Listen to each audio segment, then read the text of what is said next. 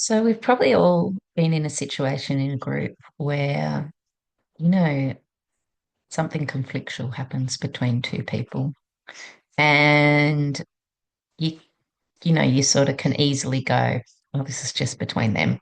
Um, and consequently we try and smooth it over generally, or just move past it. And I guess I just want to put a caveat before I go any further about I'm talking here today about how often these things aren't just personal, they also belong to the system. And the more we can think about that and use it, the easier it is in groups to lean into that. Um, and the safer it becomes. However, obviously, sometimes there are situations where some big personal thing is going on and it's not relevant to go into it in the group's time. So I do want to put a caveat on that.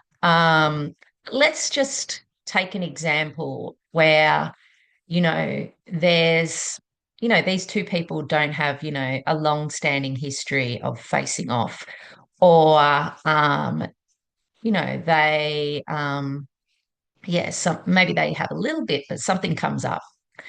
So we'll just kind of frame it in that context, And so rather than rushing past it and just going, oh yeah, this is just between these two, what we encourage facilitators to do is to just slow things down for a moment and get curious. So, because the thing is, it's almost always not just personal. It's almost always part of the system. And so there's an opportunity here for the group to use that for its purpose. So that can be something really simple, like catching it and going, can we just pause there for a moment? I noticed that last exchange had a little bit of spark, and I'm curious about how that might speak to this group's purpose and holding a space for that. Quite simple intervention, but it creates an opportunity for the group to explore it. And it's not about escalating conflict, it's actually about pausing it, giving it some space, and inviting reflection. It also creates the opportunity to take it off the shoulders of those two people and open it out to the group too, which can be useful in some circumstances.